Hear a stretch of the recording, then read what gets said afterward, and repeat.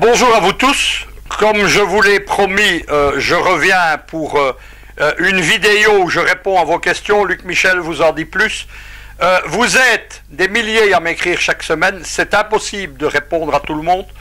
J'ai une équipe qui regarde une partie de vos envois, mais toutes les choses importantes me sont communiquées, je les lis, et j'en tiens compte à la fois dans mes interventions télévisées, dans mes articles, mais aussi maintenant avec cette nouvelle série de vidéos, dans des réponses directes. La première de vos questions, elle concerne notre façon d'envisager la géopolitique. Lorsque ma collaboration entre EYOT TV et Afrique Média s'est amorcée il y a maintenant près d'un an, eh bien la décision a été immédiate de lancer des programmes de géopolitique. Quel est notre but?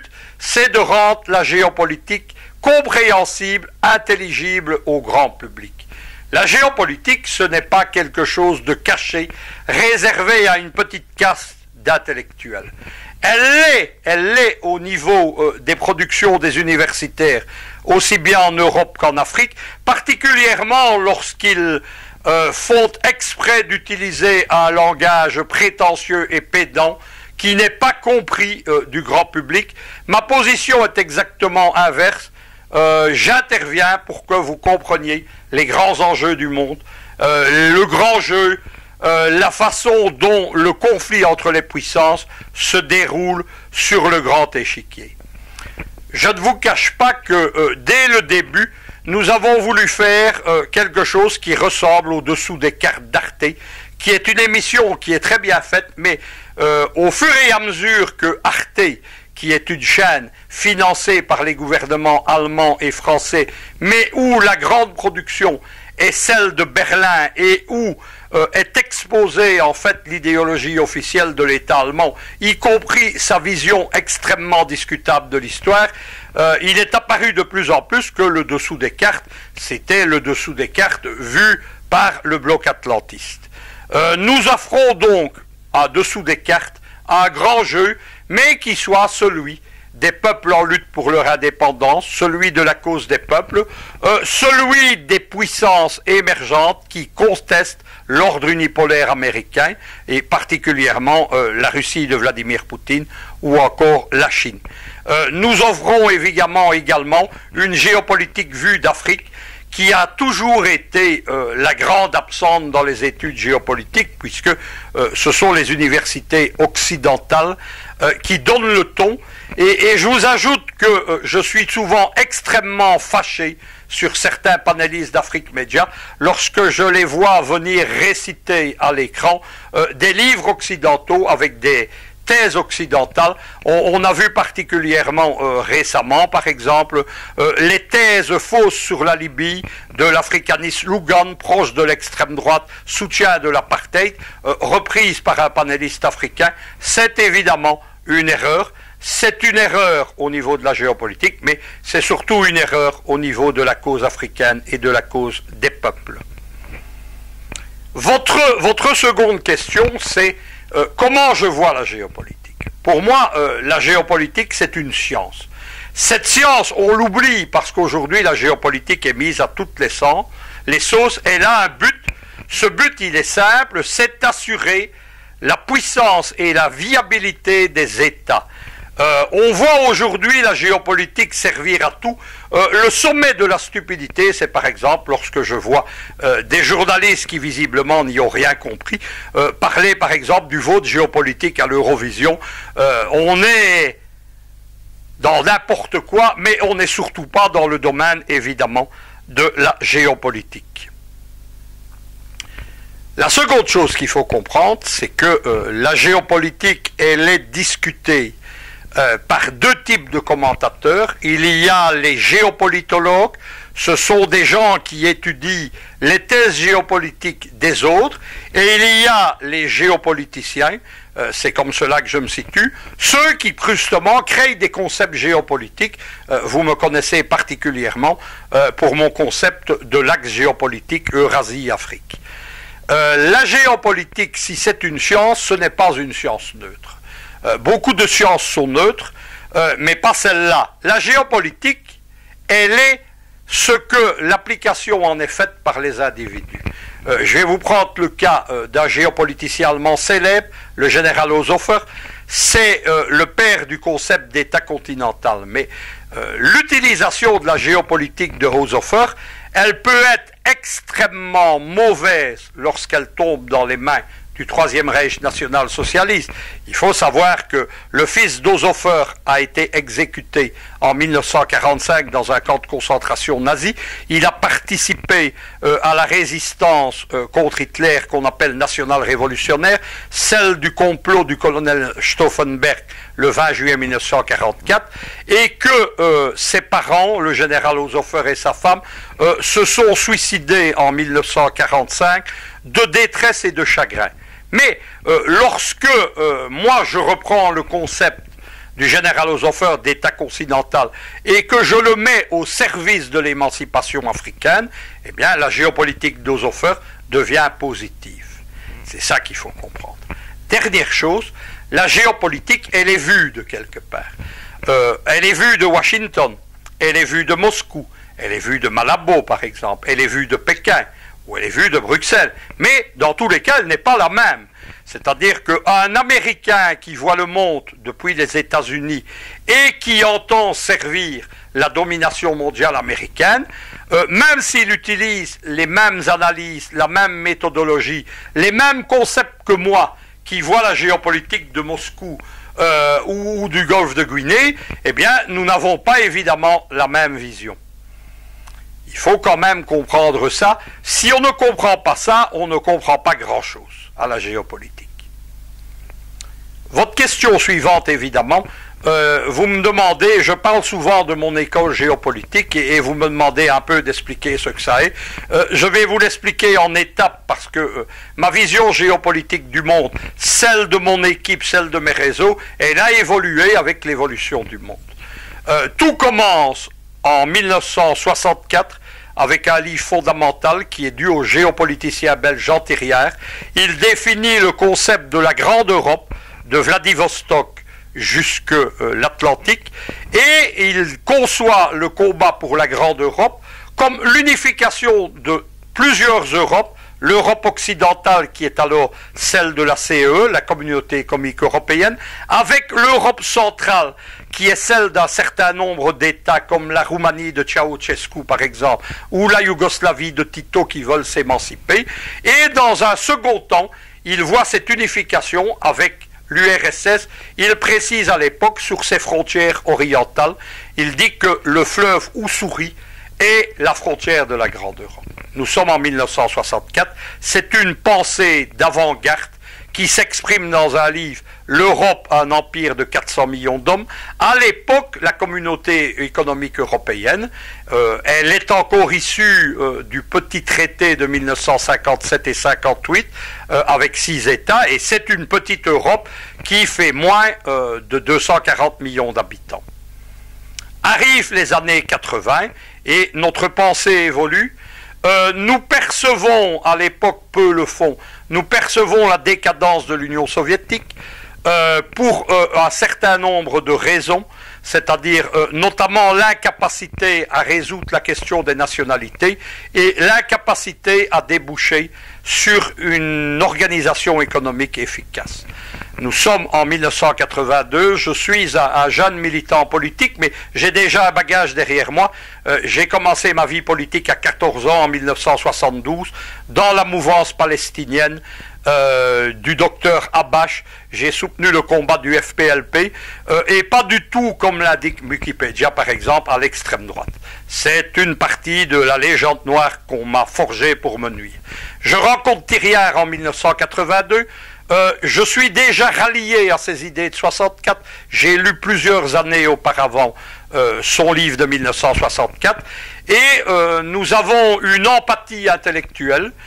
Nous lançons ensemble ce qu'on a appelé l'école de géopolitique euro-soviétique. Nous voulons l'unification de l'Europe occidentale, ce qui est en train de devenir l'Union européenne, et de l'Union soviétique. Nous précisons unification depuis Moscou et nous disons alors l'Europe de Vladivostok à l'Atlantique, ce qui indique le sens. Le projet est à l'époque, peu discuté. Nous savons que nous sommes lus, par exemple, par des gens comme Andropov. Il y a notamment des études de soviétologues à la fin des années 80 qui expliquent cela. Ce n'est pas une invention de ma part ou de la vantardise. Ces articles sont disponibles sur nos sites. Mais arrive la fin de l'Union soviétique. Les concepts que nous avons définis sont obsolètes. C'est la grande nuit qui s'étend sur la Russie, ce sont la décennie de Boris Eltsine, c'est le pillage de la Russie par les oligarques, c'est l'abandon de 40 millions de citoyens russes soviétiques dans les nouveaux États, c'est la phagocytation de l'ancien pacte de Varsovie par l'OTAN, malgré les promesses qui ont été faites à Gorbatchev, et c'est aussi, ça sera notre grand combat des années 90, c'est aussi l'attaque pour détruire la Yougoslavie, tout d'abord celle de Tito en 1992, puis la troisième Yougoslavie, la petite Yougoslavie de Milosevic qui lui succède. Nous devons à ce moment-là réviser notre vision géopolitique. Plus question d'empire euro-soviétique, mais l'idée va faire son chemin. Et je vais faire une pause pour revenir en arrière. Au milieu des années 80, en 1985-86, ma revue métapolitique qui s'appelle Conscience européenne, publie une série de grands articles de réflexion sur des grands thèmes, dont la géopolitique. Nous publions notamment un numéro sur la géopolitique des grands espaces. C'est la liaison entre la géoéconomie et la géopolitique. Et dedans, nous sortons des oubliettes de l'histoire des idées, une théorie politique qui s'appelle l'eurasisme. Nous parlons de ceux qui l'ont développé, les eurasistes russes et soviétiques. Nous parlons des nationaux bolcheviques russes, des gens comme Agoursky, etc. L'idée, à l'époque, va passer inaperçue, mais nous publions aussi à l'époque régulièrement en russe, grâce à un de nos traducteurs qui travaille pour l'ambassade de l'Union soviétique, avec qui nous avons d'excellents rapports, et les idées vont réémerger après l'implosion de l'Union soviétique. Elles vont donner naissance à la fois à l'eurasisme de gauche, celui de Guedani Zouganov, le patron des communistes russes, et à l'eurasisme de droite, qui est celui d'Alexandre Douguine, et qui est une déviation, je tiens à le préciser, de nos vues géopolitiques, alors que Zouganov, lui, s'inscrit dans une perspective orthodoxe qui le lie à la pensée de l'école euro-soviétique. Deuxième chose qui continue à émerger, c'est l'idée de grande Europe. Tout cela va avoir du succès en Russie à partir des années 92-93. En août 92, Jean Thériard fait un grand voyage à Moscou. Il rencontre des gens comme Zouganov, comme Douguine, les anciens leaders du Parti communiste, comme Ligachev, avec qui il a un dialogue amical. Il meurt malheureusement quelques semaines plus tard, en novembre 1992, d'un arrêt cardiaque, mais les idées vont continuer. Thériard mort, l'Union soviétique a implosé, je me retrouve, moi, dans un dilemme. Il faut renouveler notre vision géopolitique et l'idéologie, et à partir de 1992, nous développons une idée qui est celle de l'axe Paris-Moscou. À Paris, c'est encore la politique néo-gaullienne, c'est-à-dire une politique qui est anti-américaine. Elle va durer jusqu'au discours de Villepin aux Nations Unies lors de l'agression contre l'Irak en 2003. Et nous développons l'idée d'un axe Paris-Moscou. C'est une idée qui est exprimée pour la première fois telle quelle dans l'espace public, dans le chapitre d'un livre qui s'appelle « Le nationalisme radical en France » et dont le chapitre consacré à mon organisation politique, le PCN, s'appelle précisément « Les nationaux communistes, Paris-Moscou ». National-communiste étant l'étiquette politique que nous donnent les politologues sérieux, pas ceux de Wikipédia, pas les trotskistes ou les sionistes français ou belges, mais les gens sérieux. Le national-communisme, on met dans la même catégorie la Yougoslavie de Milosevic, le Parti communiste de la Fédération de Russie de Zouganov ou notre PCN. Lorsque, en 1996, et 97, nous sommes représentés dans plusieurs institutions parlementaires belges, notamment le Parlement de la Communauté française et le Parlement wallon. La questure du Parlement wallon sur son site officiel nous étiquette national communiste. Voilà pour la petite histoire. L'idée de l'axe Paris-Moscou va faire son chemin. Elle va être reprise par beaucoup d'autres qui n'auront pas l'honnêteté intellectuelle de nous citer, notamment le fils de Grossouf, le fils de François de Grossouf, le conseiller suicidé ou assassiné de François Mitterrand à l'Élysée. D'autres reprendront cette idée. Simplement, une précision aujourd'hui en 2015, cette idée est encore propagée par des intellectuels français et russes qui n'ont pas compris grand-chose. C'est-à-dire qu'ils caressent encore l'idée d'un axe Paris-Berlin-Moscou, puisqu'ils l'ont ajouté, qui ne tient pas compte des réalités de la politique mondiale. C'est-à-dire qu'en 2007-2008, Nicolas Sarkozy réintègre la France totalement dans le bloc atlantique, et la France de François Hollande devient le meilleur allié de Washington en Europe. Elle est saluée comme telle, et donc un axe Paris-Moscou n'est plus possible. On peut peut-être encore en rêver à Moscou, notamment dans le leadership russe autour de Poutine, mais l'un des points de l'axe qui est l'axe français n'existe plus. Berlin, pas plus. Il y a actuellement des analyses, particulièrement cette semaine, où on vous explique, le Spiegel par exemple, que Mme Merkel veut aider les Russes en Ukraine, etc. On vous explique qu'elle veut se distancier des Américains. C'est de la billevesée. L'Allemagne de Mme Merkel, qui après l'unification, l'annexion de la DDR par Berlin, est devenue une grande Allemagne, eh bien, l'Allemagne de Mme Merkel, elle a repris une politique de puissance qui est celle de la Grande Allemagne et qui rêve de reprendre les positions géopolitiques inspirées de celles du Deuxième Reich de Guillaume II et du Troisième Reich d'Adolf Hitler. La Grande Allemagne de Mme Merkel, elle rayonne sur la Pologne et elle a des ambitions importantes qui est d'annexer économiquement l'Ukraine.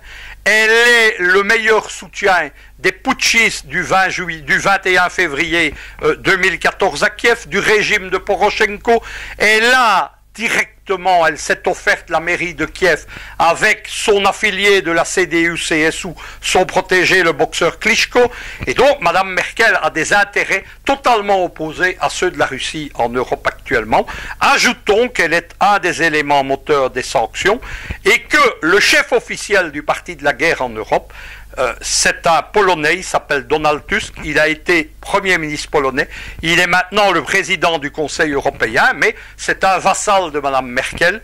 J'ai publié à plusieurs reprises les données permettant donc de comprendre cela sur EO TV.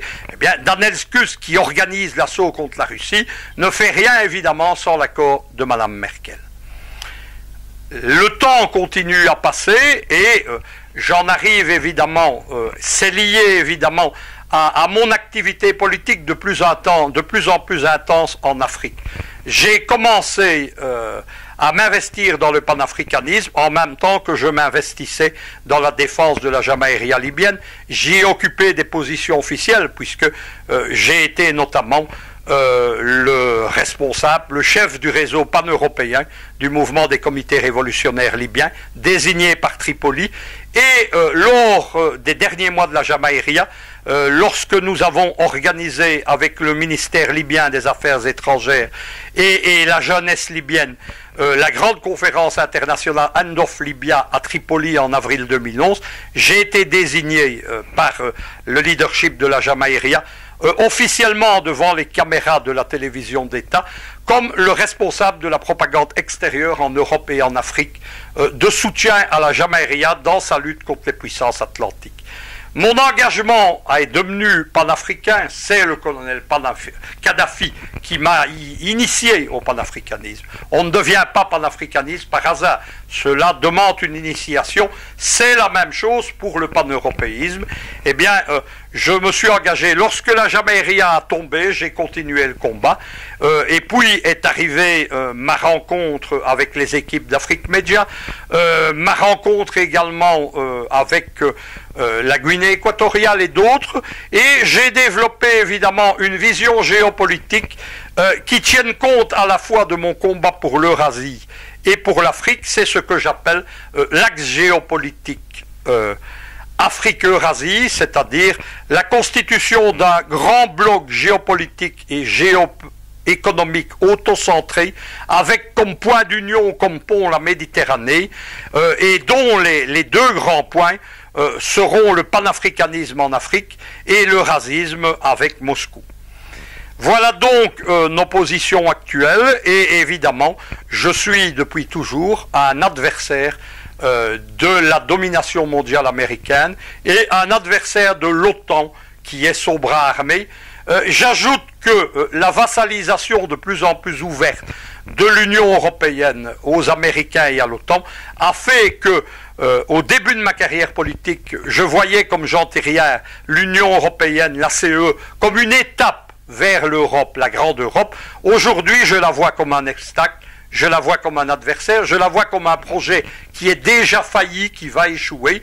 Et donc, j'attends l'unification de l'Europe, de l'Eurasie, autour de la seconde Europe que bâtit actuellement Vladimir Poutine autour de Moscou, notamment avec l'espace économique eurasiatique, mais aussi des associations internationales comme le groupe de Shanghai, l'organisation du traité de sécurité collective, etc.